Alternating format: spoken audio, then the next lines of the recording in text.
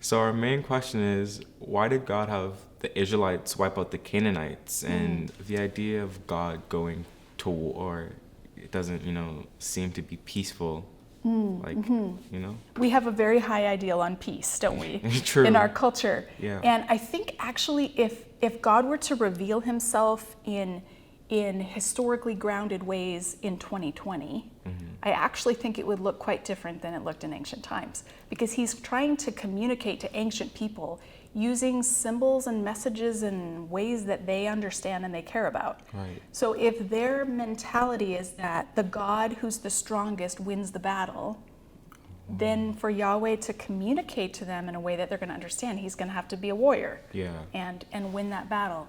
So whoever the strongest God is wins. And that's, I think, the first step in understanding this battle against the Canaanites. Well, isn't that kind of a case of, does God want us to, battle or? Yeah, it is. It can be confusing when we think about how God's accommodated himself to us in our different cultural contexts. Yeah. Then what is true eternally about God? If he's communicating in this way to these people and then he would communicate in different ways to a different people, that could be confusing. I think what I would say is that it's helpful for us to see, again, in ancient times, in this ancient context, when people talk about the wars that they engage in, when they talk about their battles, I think we could say they always use hyperbole to talk about the battles. Right. So it would be let's say, I think a good modern day illustration of this would be basketball, right? So you like to play basketball. Let's say you're on a team and you're playing for your school and you travel to an away game in another town and you crush them. I mean, you just, the end score is 58-16. I mean, you just, pretty much. So you come home and you tell your mom, Feeling Mom, proud. We annihilated them. Yeah. And she would not be calling the cops to come pick you up because you just admitted to murder, right? Yeah. She would know that in the That's context of sports, you meant you really won. It wasn't 58-56. Right. It was you showed them who was boss. Yeah, okay. Yeah. So any accounts that we have of ancient battles are like this. They will make it sound like there was no living, breathing person for miles around, they got everybody. And we see a bit of that when we read the book of Joshua. So let me find an example. Joshua is the commander as they go into the land and begin to fight. And it says in verse 16, so Joshua took this entire land. And so sometimes people have read this and thought, they fully took the entire land of Canaan. But we have to read more carefully. So in two ways, we have to read carefully to listen to ways that they normally talk about battle, but also for what they're just clearly saying. So here it says, Joshua took this entire land, but then it defines what is meant by this entire land. The hill country, all the Negev, the whole region of Goshen, the western foothills, the Arabah, and the mountains of Israel with their foothills. And then it gives some other locations. Now, if we had a map out and we were actually tracking where they conquered, we would see it wouldn't literally be the whole. It's not everything. Yeah. There are places where they haven't conquered, namely the coastal plain where the Philistines live. That's not mentioned here. So it says Joshua took this entire land, and then it defines for us what this entire land means. So some people have struggled.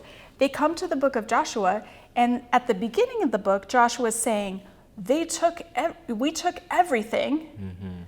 And then at the end of the book, it's admitting there were still Canaanites, and they're having trouble with the Canaanites. How could there be possibly trouble with the Canaanites if you killed them all? Right. Well, we need to go back and read more carefully what's at the beginning of the book. Okay, so in Joshua 6, they are fighting against the Battle of Jericho. This is the famous one where they march around and the walls fall down. It says, when the trumpets sounded, I'm in Joshua 6:20. When the trumpet sounded, the army shouted, and at the sound of the trumpet, when the men gave a loud shout, the wall collapsed, so everyone charged straight in, and they took the city. They devoted the city to Yahweh and destroyed with the sword every living thing in it. men and women, young and old, cattle, sheep, and donkeys. Wow. Like that sounds like Everything. a really bloody battle. Yeah. But what's really interesting is that most Bible scholars would now say what we know about the city of Jericho during that time period is it was not a bustling metropolis. This was not a place with a huge population of families. Mm-hmm. This was a smaller military outpost, so it would have had primarily just soldiers living there. We know that Rahab is an innkeeper who lives there as well, but she seems to be the exception to the rule. So then if it's mostly just military men, why would it say men and women, young and old? Oh, that's so true. Well, and what scholars are now saying is that men and women, young and old, is a stock way of referring to victory in battle. Oh. If you've killed everybody, then you use men and women, young and old, to refer to that. Yeah. It doesn't actually mean that the army of God went after the preschool. Like there wasn't a preschool right. in Jericho, if scholars are right about the city. So those are a couple of things that might help. Knowing that these stock phrases, which may seem like hyperbole to us, are actually just the way of talking when you're talking about warfare. Okay. Just like you crushing the other team in basketball is just the way we talk about sports. Right. And the people hearing this for the first time would have understood that about it. Yeah. But also that we just need to read Joshua more carefully because it doesn't make as sweeping of claims as sometimes is assumed. It sounds, Even in the book itself, we can see that there are Canaanites who are still alive. So Joshua chapter 23, this is at the end of the book. Joshua is saying his farewells before he dies.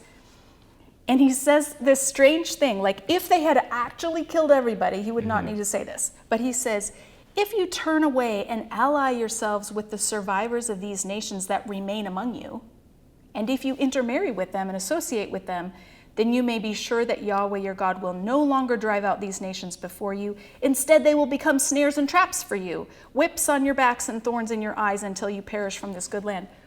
Well, how are they going to intermarry with somebody who's dead? Exactly. So even in this book, we see evidence from Joshua himself that they didn't kill everybody.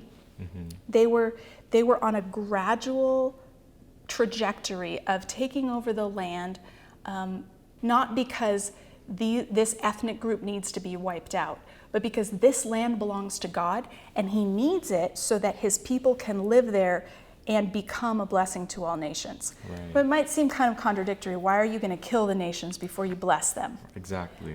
And that's where we need to go into our next conversation about a Hebrew word, the Hebrew word harem. Oh.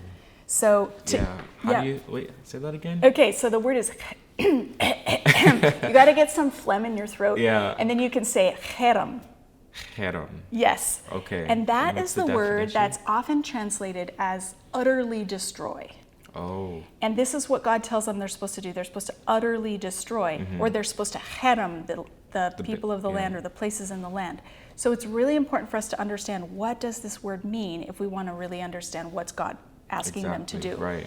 So in order to see what it means, I would like to have you read for us from Exodus chapter 23.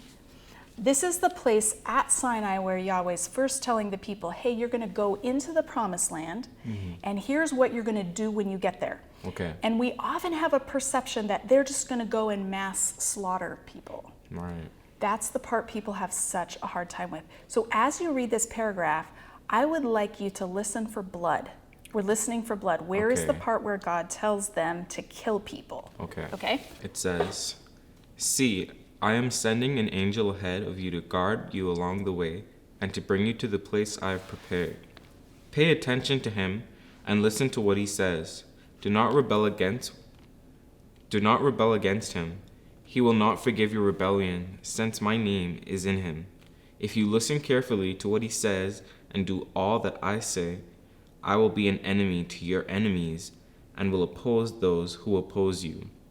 My angel will go ahead of you and bring you into the land of the Amorites, Hittites. Hittites. I gave you the hard passage. No, the it's Amorites, totally fine. The Hittites, the Perizzites. Canaanites. Yep. Hivites, Yep. Jebusites. You didn't know there were so many ites. Nope. There they are. Wow. And I will wipe them out. Do not bow down before their gods, or worship them, or follow their practices. You must demolish them and break their scared stones to pieces. Worship the Lord your God, and his blessing will be on your food and water. I will take away sickness from among you, and none will miscarry or barren in your land. So notice it says, my angel will go ahead of you. I will wipe them out. So that all those tribes. That sounds like, oh, well, that's killing them. But we have to keep reading to find out how he's going to do that. In the meantime, it says, do not bow down before their gods or worship them or follow their practices. You must demolish them. Who are we demolishing? All the tribes. No, we're demolishing their gods. Oh, wait. It says, don't bow down before their gods or worship them. You must okay. demolish them. Not Right. demolishing the people, you're demolishing the their idols. Yeah, The right. idols that they're worshiping. So you must demolish them and break their sacred stones to pieces. Now, you and I don't have sacred stones. No. But in ancient times, they would have stones that Yeah. were like a place of worship, an altar that they poured things out on. And that's what they're supposed to smash. It's not really focusing on killing them or, Right. so it's, Right. I don't see bloodshed, so that's interesting. Right. Okay, so overall, what is the one, intricate detail you would like for people to know about the Old Testament? I guess rather than an intricate detail, this would be like sort of a big picture thing. Yeah. Like the one thing I wish people would realize is that the Bible remains relevant, but not because it was written to us. It was written to ancient people, but it's still God's word for us. And if we could go through that hard work of understanding ancient culture, and there are so many resources at our disposal now that can help us understand ancient culture, that's what's going to help us not misinterpret and get the wrong picture of who God is. I see God as full of compassion and love, and he's chosen Israel, and he's brought Israel to this land, and he's clearing out the land for Israel to live there in order that they could be a blessing to all nations, so that all nations can be reconciled to him.